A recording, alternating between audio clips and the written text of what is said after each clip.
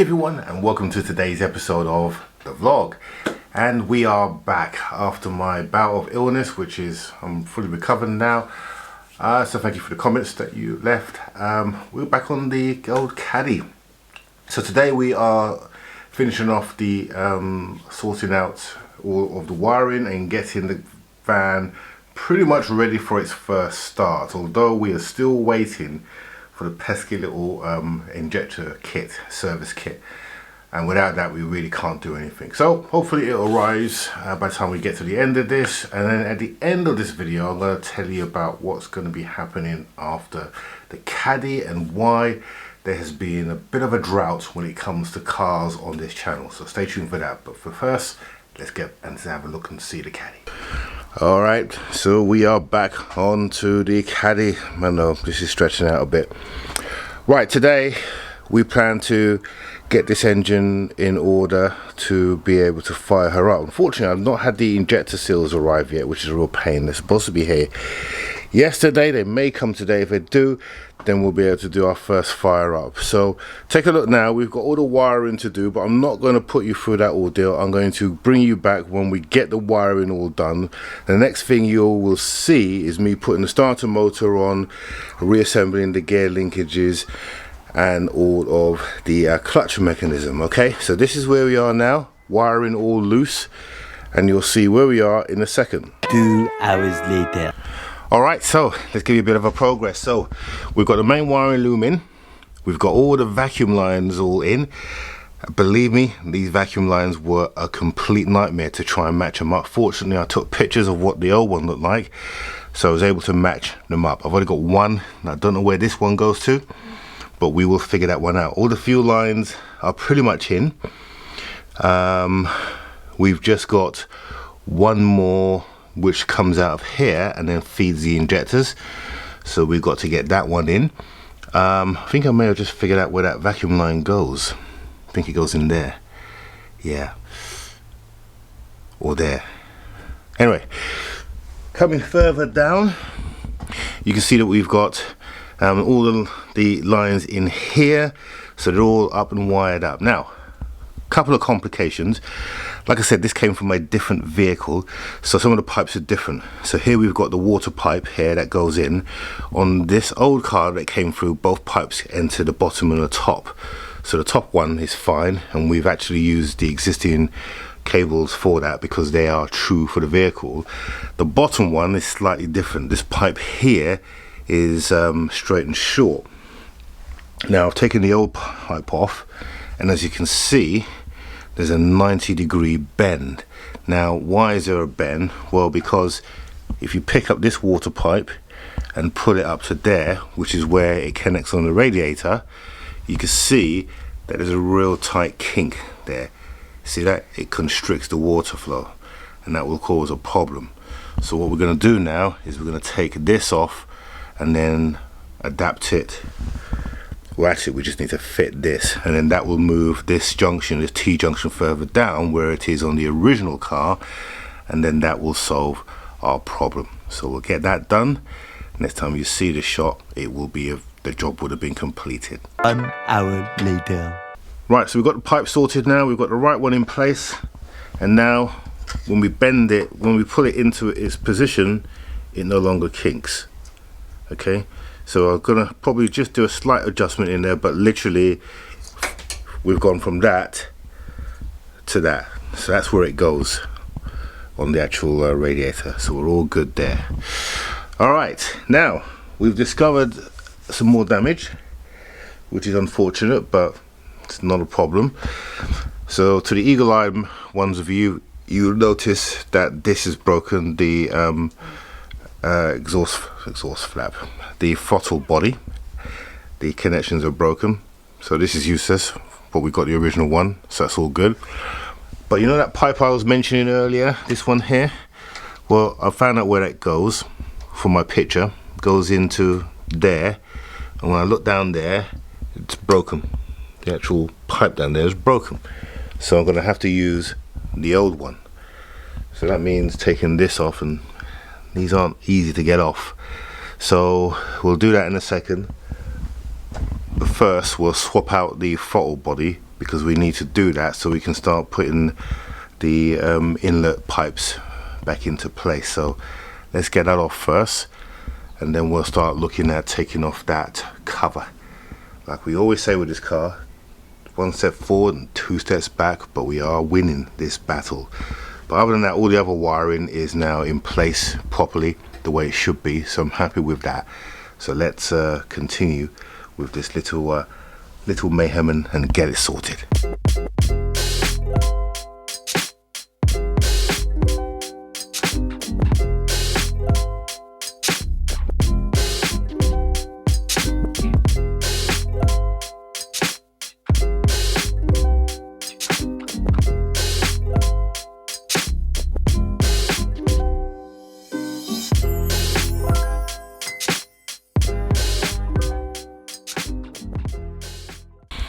Okay, throttle body is on, and we've got our wiring in. I have one mystery. Every wire is allocated for, except for this one. Not sure where this goes at the moment, and I am clueless. And I know what's going to happen. I'm going to put this inlet pipe in, and I'm not going to be able to get to wherever that goes to, and then I'm going to have to take it off again. But it is what it is. We need to get this thing sorted, so we'll do that, and then when it finally rears its head wherever that is, where it connects to, we'll connect it up.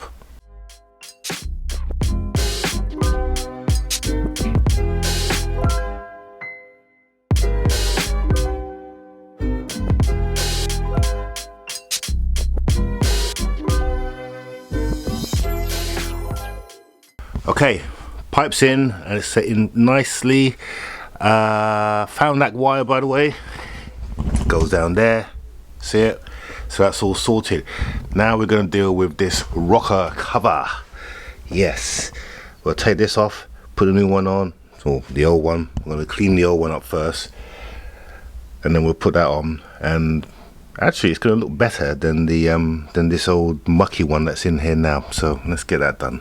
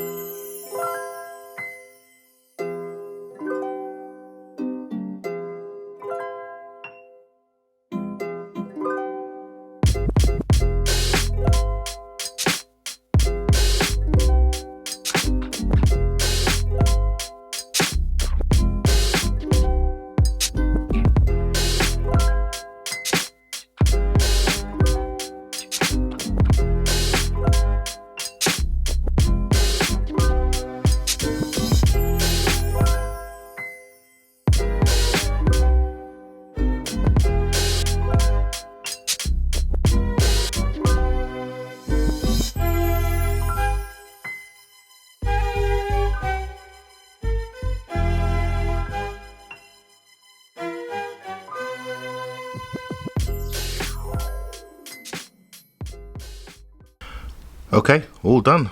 Looking nice and clean, all done. We did put a new gasket on that one as well, but this is in much better shape than the one we took off, and here is our pipe. Here is our air pipe, all nice and connected up. So that is the last of all the air pipes. So I am very pleased with that. Good, okay, so the next thing we need to do now is we need to get the starter motor in, get the clutch back in, and also the gear actuators, so we can then put the battery back in, and then we're going to talk about the injectors.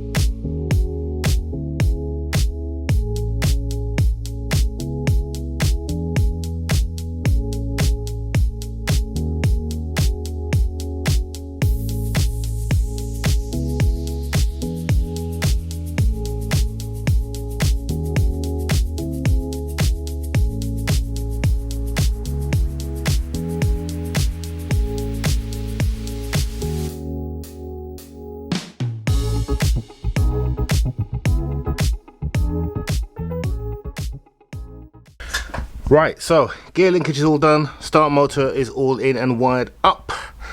One thing I need to do, I've just noticed this inlet pipe for the turbo, that is the wrong one. This one is curved. This one is straight rather. The one that comes with this car is curved and it moves around the corner here. So we're going to take this off and then go and get the other one. Let me show you. See, take a good look at that there now. And then I will show you what the other one looks like. There you go. You can see that curve comes up and it comes around the corner. So we're going to take this off, give it a bit of a clean up, and then fill it onto there. It's a straight swap, so there's nothing special about it. So we just need to get on and do it. So let's get on and do it.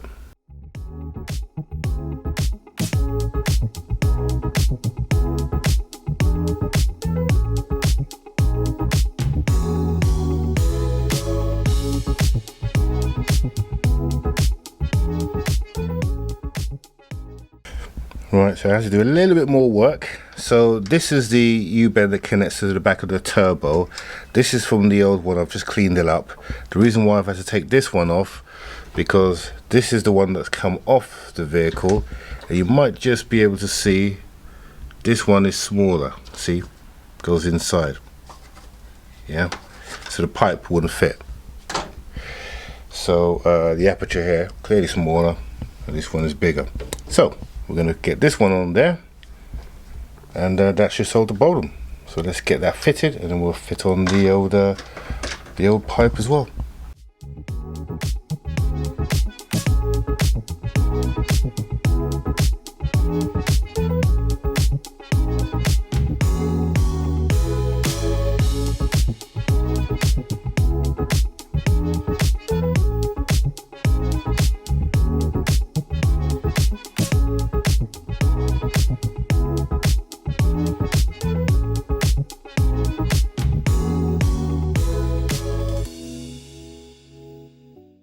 Okay, let me get onto the subject of injectors. So here's one of my injectors that have been cleaned up, etc. Now with the injectors you get like a seal kit. Okay, so you have a little rubber gasket here. This is a seal kit for a Bosch. Okay, now here I've ordered one of these. It came, it was the wrong one. This is the wrong one. I've now ordered a second one, but I know that's going to be wrong as well. And the reason why is because this is not a Bosch injector. In fact, this is a Continental injector. You can just see the label there. It's a Continental injector. So this is the way with these kits, you get like basically washers and a rubber gasket that you need to put in to seal the cylinder. And this is the copper bit that goes in the end there like that. Okay, so this is the old one. The new ones are just too small. They just do not fit. So essentially I'm waiting for a new one of these kits. Until this comes, I can't fit these injectors, namely because I've lost them all, but and that's the only one that I've managed to recover. But even if that wasn't the case, I want to replace these with new, because that's what you should do. Including the bolts that bolts down the actual washer. These are the correct ones. And the reason why you need to replace these is because they are stretch bolts. So once you use them, they basically stretch to form a tight fit. So if you try to use the same ones again, they will work themselves loose. So you have to replace them. So I've got a replacement of these, but I'm just waiting for these, and they're a nightmare to get hold of. And that is what's stopping me from starting the engine today. So in terms of where we've got to, we've pretty much finished everything. The whole vehicle is wired up. We've got our new inlet pipe, the correct one fitted, and the vacuum hoses. We've got one loose, but that actually goes into the air filter, so that's why that's over there. The gear linkages, they're all done and sorted. The starter motor is in. We're pretty much wired up for first start. Now the only other thing that I have to do, I have to replace the compressor. I've got the original one, and the reason why is these pins here, they just won't come out. And on the original one here, it's got a pin embedded in, so this just will not go. And rather than damage this, I'd rather keep this as a spare. So we'll take that off and swap that, and we'll do that off camera. But the basically I'm at the stage now where I need to see if the engine starts before I can go further, because if I have any problems, it's easy for me to take it apart. I hope I don't have any problems, but if I do, this is a good stage to be at. I've got a new water bottle, a brand new water bottle, what's going to go in here. Just haven't fitted it yet. No point until we get this vehicle started. So that is exactly where I am, and I think it's a good place for us to end. Just before we conclude, the new door has arrived, and do you know what? Rather impressed. Really nice looking door. It's got a couple of little nicks in it, but it's never going to be perfect, and they did actually say so. But look, it's actually got the key. Yeah, so locking key. That is very rare. So we'll get that fitted next week. All right, so there you have it. That's the problem that we have. Still no injector kit, but now that we kind of know where we are with that, I'm hoping to get that resolved pretty quick, and then first starts coming up soon. Good. Okay, so and if like you, I really want to get this van sorted, because the new owner, he wants it badly, and I want to finish it badly so I can get some stuff done in the garage. Okay, so you probably noticed that over the past year there's hardly been anything in terms of cars and projects on this channel, and there's a good reason for that, because as I've always said, unlike other salvage channels, and I don't really consider myself a salvage channel, it's more of a hobby that I do. I just happen to buy salvage cars because I enjoy fixing them. But I've not bought anything because I've decided that once I get rid of all these vans and the Caddy, it's time to get myself something decent. Yes, it will probably be a damaged car to kind of reduce the cost, but it's going to be a bit of a high-end sporty type vehicle. I'm not going to say what I'm looking at. I'm looking at a few options at the moment, watching the auctions, but I've been using the sort of that time to just basically save money and put some cash behind me, so I can be in a position to bid for the decent car. Because I've noticed that a lot of the vehicles that are coming up that are decent, they're going for a premium, and the cars that I really would like are going for higher than what I originally expected them to go for. So that's what I've been doing, and we're kind of almost in a position to do so. We've got rid of a lot of cars. So the Scirocco went last week. The S3 is just back from the paint shop, so that is going up for sale now, and I may even put a link at the bottom of this if you're interested in it, and I'm pricing it to sell. So if you are interested, check out the link below, and tap me up if you want to have a look at it. Everyone knows that car who watches this channel, so all warts and all, but it's looking pretty good, the S3, and I went for a drive today on it, and boy, it's sweet. So by releasing that car, that obviously will release up some more money as well, which will put me in a really good position to bring on the next project, which will bring some more excitement back to the channel, which I know a lot of you are craving. So the Caddy has to go first for that to happen, because whatever work we do, we always do it in the garage so that my neighbors are happy. Not that my neighbors complain, they are really good, but I want to keep it that way, and that's the reason why we got the garage. Gonna do some work in the garage as well to make it a little bit more workable. The garage is great, but there's some upgrades that I'm planning to do which will make it even better. So that's the reason why we are where we are, so hang in there for what's coming next. In the meantime, if you are a casual viewer, and so many of you are, don't forget to click on the subscribe button that you can see below, and the bell notification so you're notified whenever we release a new video, and we will see you on the next one. Have a good one.